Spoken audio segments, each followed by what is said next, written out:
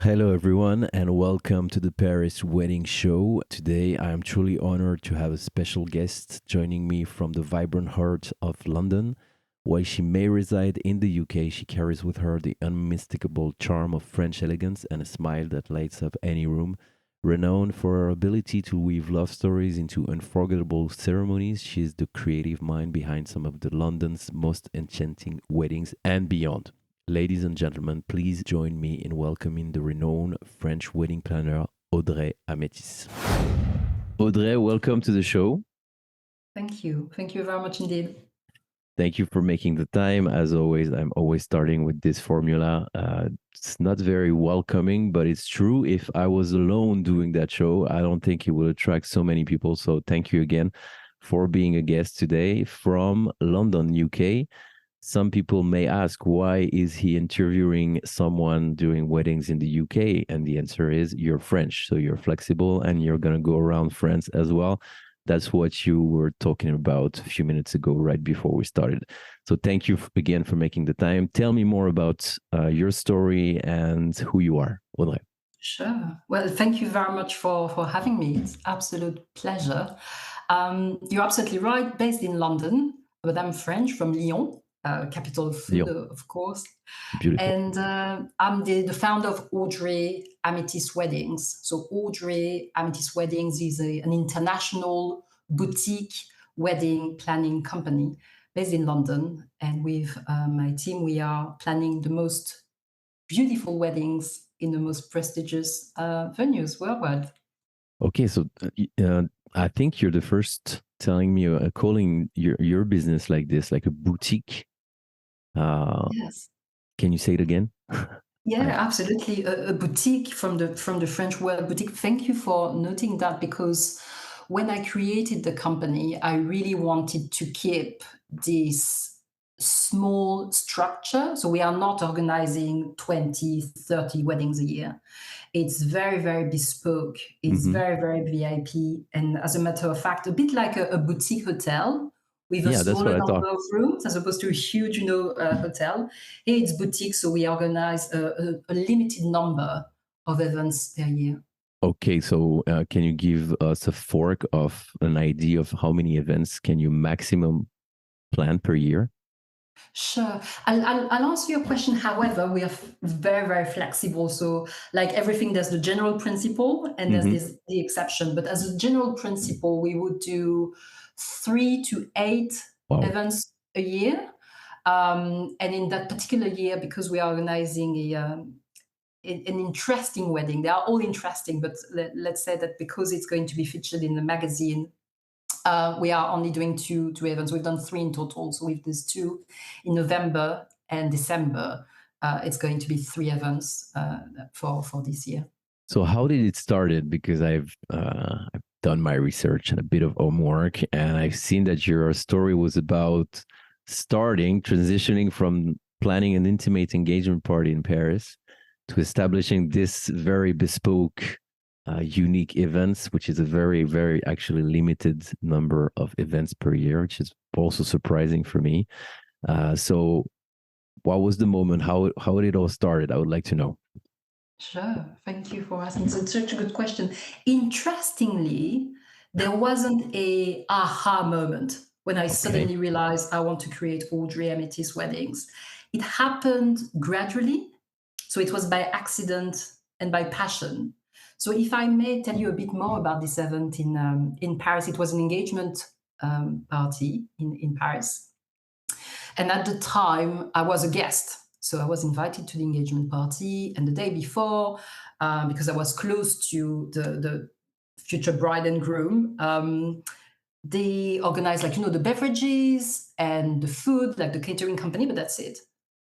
And I told them, I mean, guys, you're getting engaged. It's a big milestone in your life. So I've organized the table linen and the china and the decoration, and all the other friends were like, "Gosh, you're a natural." And a friend who saw that was like, "Well, if you like it that much, why don't you organize my wedding?" So that Wow. was the next big one in a castle in south of France, which was lovely. But at the time, I was working as an oil and gas lawyer. So I would organize maybe one event every 2 years, Okay. but more to, help my colleagues or friends. Because sadly, I found for a lot of people planning a wedding can be a bit overwhelming. Whereas for me, it was pure pleasure. I was like, sure, I will organize, the Excel spreadsheet for you, and I will organize this, and I will organize that, and it was pure pleasure for me. So little by little, I organized more weddings. However, there was an interesting point when I did decide to take the leap of faith and create Audrey Ametis Weddings. Is thanks to my husband, actually, Okay. because allegedly, he does not dream. I think he dreams, it just doesn't remember, right? It doesn't dream. But one day he told me, I dreamt that you had your own business, you were a bit bossy. Well, I must agree to disagree. I think I've got good leadership skills. But all jokes aside, he told me you were successful. And this is Wow. where I had like a sort of like moment when I thought, okay, that's a sign. And then I took a training in business practicalities with a code of conduct. I took it very seriously. And then I built out the website. And here we are after almost Wow. 5 years now.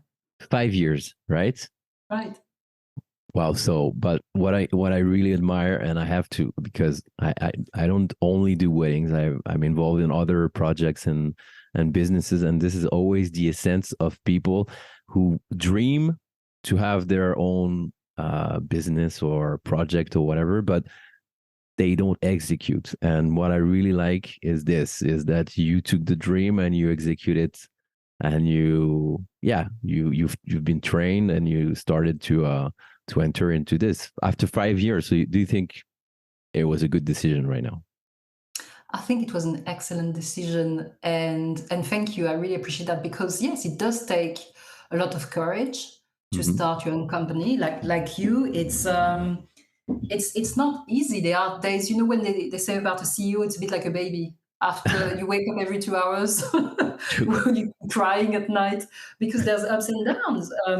But I have to say, there's been a lot of work and also some luck. But as a planner, you're like a conductor of an orchestra.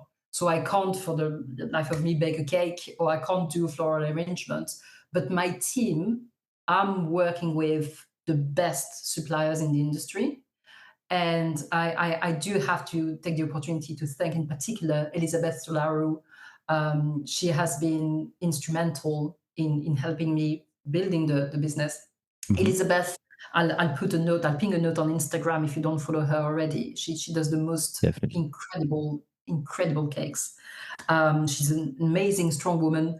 And one of the weddings she did, I can say that because it was in the public domain, was at the Langham in London, and they flew in Mariah Carey and Elton John for the Okay. wedding, and she did this huge cake. So thanks to Elizabeth, then I had an amazing network of hair and makeup artists. Errol Douglas in Belgravia is just incredible. Flowers, McQueen's, they're also amazing. So little by little, even though we're still junior ultimately, Hmm. but we are working with the best in the industry. So So very how do grateful. how does what's the process exactly? People, usually the bride, they contact you first. They reach out to you because they got attracted by you and your content and your idea of extreme bespoke events. And how do you take it from there? Well, the process is really a discussion. It's having, but both sides, in the Hmm. sense that, and it's one of the reasons why we don't organize that many events per year, because I really want to make sure I've got this connection with the couple. I want to make sure that I'm the right planner for them. And to be fair, it can be quite an investment to Hmm. have a wedding planner. So we meet up either virtually or usually we have a cup of tea at Claridge's or at the Ritz to try to get to know each other, Hmm. and make sure that we have the same values in terms of respect, in terms of being calm. Yes, it is one of the most beautiful days of your life, but there are other things to take into consideration. So it's very Yeah. important that my clients are down to earth. and we go through their vision. So, in fact, I will share with you a little, like little tips for our audience Definitely. today. There are some pillars in wedding planning. So you don't get straight into the decoration and the flowers. It's like building a house. So you have to have your foundation first. So you ask Good. yourself some questions. First is where you'd like to get married, and when, and how many, and how much. So you've got the five Good. key aspects. Um, and if I may put a bit more details on that, the where, what you want to know, okay, for instance, a couple in London, do you want to get married in the UK? Or are you considering a destination wedding? And why you are thinking of the destination? Because, I don't know if you had the same feeling a few years ago.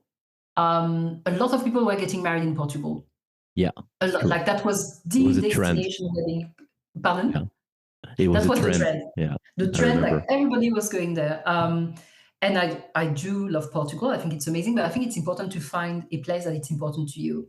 So that Mhm. in 10 years' time or in 20 years' time, you're not going to think, why did we get married there? There needs to be a connection, right? So the True. where is important. The where and the when are interlinked, because if you're thinking, I want to have a summer wedding, or I would rather have a winter wedding or autumn, etc., you do have to think about the location, right? Because let's say if it's in Dubai, then I would recommend rather a wedding in October, November, so it's a bit more cooler in terms of temperature. The how, like, is it a civil ceremony? Is it at church, etc.? The how many, the number of guests, Hmm. so very important. Oh my God. And I will share with you like something that nobody talks about it. They don't talk about it on the apps. They don't talk about it in the magazine. It's not only your wedding. So it's not only the couple's wedding, unless you do an elopement and you decide, just the two of you to go, let's say, to New York. Other It's idea. not only about you. So you do have to have the discussion with your family, because you might want like a small wedding, intimate wedding, 20 or 50, 60. Your parents might have another vision. Oh Um, yeah. right, and culturally as well. Um, Yeah, and you really have to have this discussion. You can't just do whatever they want, and they can't do whatever they want. But it's important to have this dialogue, because they're also super proud. They are of so happy course. to have their kids are getting married, and they want to invite some friends, some family members. So have this conversation sooner rather than later, because it impacts on the type of venue that you're going to search for, the capacity. Absolutely. Yeah, it makes It's a not lot the of same if it's sense. an 80 guest wedding or 300. And how much, like the budget, you have to think, what is your maximum comfortable budget, not what you have on your bank account. You can have millions on your bank account, but you might decide to allocate just one part towards your wedding, because ultimately it's one day. So you might want to think about investing in properties, or Absolutely. future education for your children if you want any, or pension. And in fact, that reminds me of an article we've been fortunate enough to be featured in Grazia magazine. Very Again, I nice. can put thank you, a little link, once we put a link to the podcast. Sure. And in the Grazia magazine, I was saying, okay, what's your maximum comfortable budget? Because sometimes, I mean, we get carried away, right? It's not a birthday, it's a wedding. So you're thinking, you really want it to be amazing. But if you take the example of a chocolate tablet, you're Yeah. thinking, oh, it's so cute with our name on it and the date. Yes, indeed, it's very cute. But if it's a £5 wedding favors, and you've got 10 guests, it's Hmm. fine. 50 quid. If you've got 200, it adds up. You just spend £1,000 in There you chocolate, go. Yeah, which is fine when the budget is limitless. You might exactly. even want their superb wedding favors.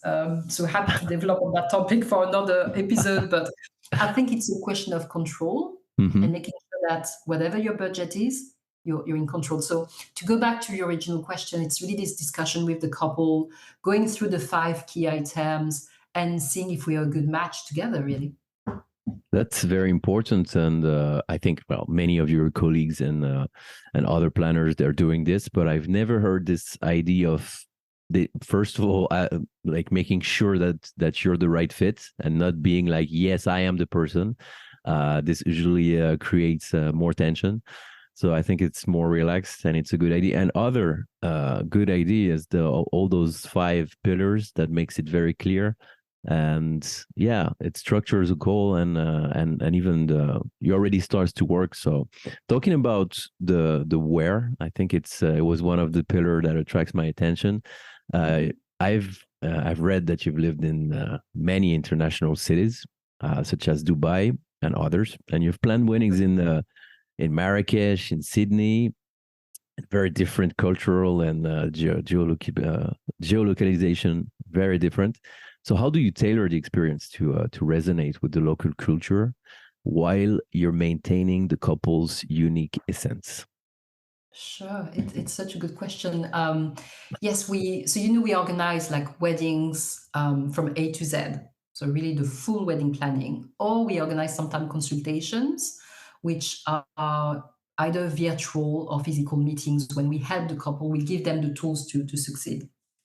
So there are some cities where we've only organized consultations, but yes, in Monaco, the French Riviera and Dubai and New York. But how we manage to resonate with the local culture while maintaining the couple's unique essence? It's such a good question. Well, the local culture, it's really taking a step back and thinking, okay, why you want to get married there. So I'll give you an example.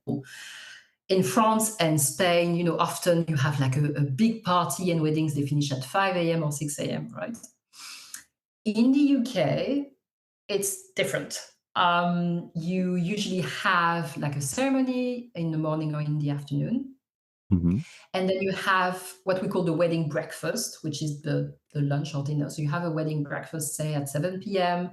You cut the cake, first dance, and then the carriage can be at 11 p.m.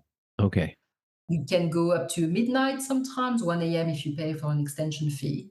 There are other places, don't get me wrong, there are some venues in the UK where you can, stay longer, but not talking about the exception, talking about the general principle. Your wedding is going to finish at 11 p.m. or midnight, right? So why am I talking about that is because if you're choosing the UK, don't expect to be like a whoop whoop whoop until 6 a.m. This is not France. This is not Spain. Good And to you have know. to embrace, the location that you chose. So you're Mm-hmm. talking about, and it was so big after Harry and Meghan's wedding, like the English countryside, and you're getting married in the UK. So don't try to recreate another wedding. However, it's your wedding, so you do have to recreate, your wedding. What's so important to me when I plan a wedding is when the guests arrive in the room, I want them to say, "Oh wow, it's let's say, Audrey and Donald's wedding, Mm-hmm. or it's Richard and Jonathan's wedding." Like you really have to put your soul into it, and how you do that, it's thanks to food and music. So we're very lucky that we are couples. Like we have like a bride, she was from Argentina, and the groom was from Ireland. Couple, they were both from England. Somewhere, one was from England, she was from France. Another one, she was from Iran. He was from Italy. So Wow. very international. But thanks to food and music, you can recreate the Mm-hmm. magic, you know, uh, experience. So let's take an example to illustrate this, right? Sure. You're getting married in the UK. One of the couple members of the couple is from France. Then you perhaps you're going to have some French, food, or some French music, some elements to it. It's nice for your family as well to kind of, wherever it is, it can be in Dubai, but you create a bit of a French touch. Mm-hmm. And because ultimately it's all about providing an exquisite experience to your guests and to yourself after all those months of planning. And it's quite an investment. Yeah. And it's all about what they are going to see and what they are going to touch, what they're going to hear and smell. And it's really all about the senses and providing the experience. No matter where you are, you can recreate it. We can help the couple And recreate so it. how do you, yeah, this is very interesting. So talking about the five senses, uh, you know that men are much less sensible than women. That explains why most of the wedding planners, the best wedding planners, are women, because you have this connection to all those the senses that we have as well, but we don't realize sometimes. And you're much more involved in that, and I admire that. So how do you start? Like, what do you go from feelings and ideas to what's going to happen? How does it work? Thank you. Well, and a comment, if I may, because interestingly, about like chefs as Mhm. well, when, in the day-to-day life, lots of women cook and some extremely amazing chefs are made. You have some, because it's a very female industry, so the top ones are female, but also you have like Colin Cowie or Johnny Roxburgh, some male planners who ultimately are the best in the industry because they they have this, how can I put it? Hmm. This way of putting your vision, of recreating your vision. Mhm. And to go back to your question, it's really having this conversation with the couple. So it's really what they like, and in the first place. And at the second stage, I ask them to step into the shoes of their guests to see if the guests would like them. Because again, it's not only day about yourself. You want the guests to be happy, to have Yeah. like good food, a variety of food, and make sure that the scents, for instance, there's a big thing about wedding scent. So you create a special perfume for your wedding day. Mhm. Um, but ultimately, it needs to be a reflection of your personality. But it can't be, I would recommend against like something like a scent too strong, for instance, where your Mhm. guests are going to be, how can I put it, not really focusing on the food, for instance. You want them to have like exquisite food and superb, beverages. So if the smell is too strong, that will not work. And ultimately, this piece of advice, I just realized, works for everything else. If the food is too spicy, that will not work. Like some Mhm. guests would not want spicy food. If the music is too loud, like, so you So really many have this details. conversation and set the scene. Yeah, this is so that's also one of the reasons why I think I could not do a great job as a planner, is that there's so many elements of chance and skills. And wow, it's like in the wedding industry you have trends that come and go.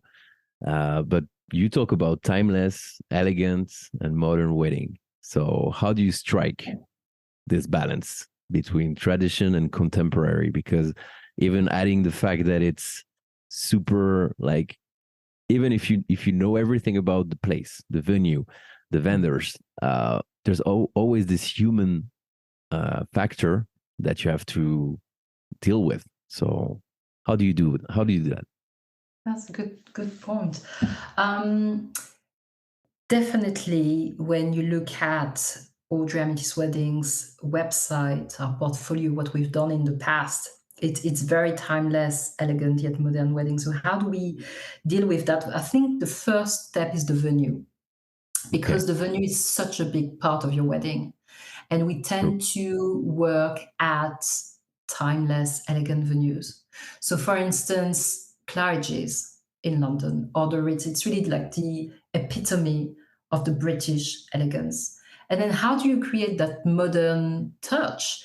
It's thanks to the other vendors. So, you can have like a very traditional, timeless venue, but then Hmm. you're going to have like funky, flowers and an amazing DJ and something special.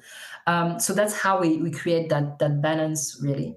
But when you are talking about the human touch, it's so important that you're mentioning that, because I let's say if I want to meet up with a couple, and it's not a venue where I've been before, I would go beforehand to make sure, like, how am I going to be welcomed, at the Okay. venue. The I want to know vibe. the logistics. Mm. My background as a lawyer, as an oil and gas lawyer, I always wear like a safety hat. So I'm not necessarily looking like how beautiful. Of course, it's a given. The venue has to be beautiful. I'm looking at the logistics. Where are the fire exits? how easy it is to reach, the place, etc. Hmm. Is there a human touch when I arrive? Do I click with the concierge, with the porters, with the team members? Because ultimately they make the place special, actually. They create the experience. Yeah. Would you say Mm. that your legal background is saved the wedding or made a significant difference? It did. It did, and in particular, it did in general. Hmm. When I reviewed the terms and conditions of contracts, because I really enjoy that. It did in particular during the pandemic. I might. Sorry, Um, just a break, yes, but I would probably need to update my terms and conditions. So oh I yes, probably need your help, like 100%. The many privacy people. one as well. It's such a big thing It because is. Yeah. we um, how can I put it? When we organize a wedding, like people just think, okay, wedding planners or celebrant, they're thinking like, oh, flowers and cake and balloons. It's a business. It is. You need to have contracts. You need to Mm. have like insurance policy. You need to have an accountant, because sadly, life, you can have like ups and downs. And in the pandemic, I was lucky enough, very, very grateful to have been featured in Harper's Bazaar Mhm. when we gave advice about contracts. Because lots of couple after the pandemic and the lockdown were like, can I terminate the event? Can I reschedule my wedding? And Mhm. then so we go through the insurance clause, we go through the termination clause, suspension clause, force majeure, of course, when there's like an event which is absolutely outside control. Because ultimately, yes, it's event planning, it's more project management It is. Yeah. as such, Mhm. as opposed to just flowers and balloons. That's the nice part of it. That's the wedding design, but the planning, you need to have a contract in place because sadly things happen. Oh Things yeah, happen. definitely. Um, but if I may go back to because I was thinking about we were talking about venues and the human touch and why I love in particular um, luxury venues. So Hmm. why like the importance of things special in luxury hotels like the Lansborough or the Ritz, and I recreate a sense of exclusivity. So why I enjoy meeting in those hotels, because obviously the facilities are superb. Um, the food is fantastic. It's very special. But what makes it special is the people. So why I love staying in those hotels or going for afternoon tea at those hotels, because the day after you wake up and how are you, Miss Ametis? Miss at the time now, Mrs. Did you Hmm. sleep well, Miss Ametis? Welcome back. It's all those little touch.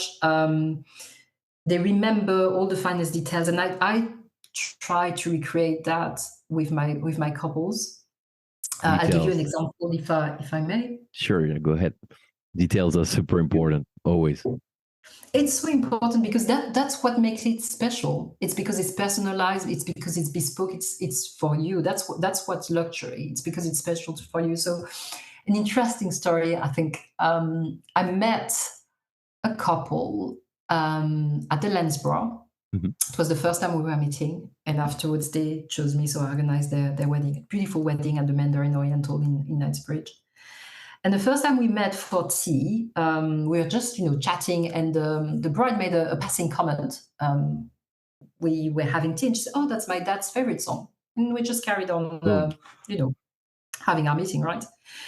The day after, I contacted the Lansborough and I've asked, "Can you please send me the list of all the track songs you played between 3 and 5 p.m."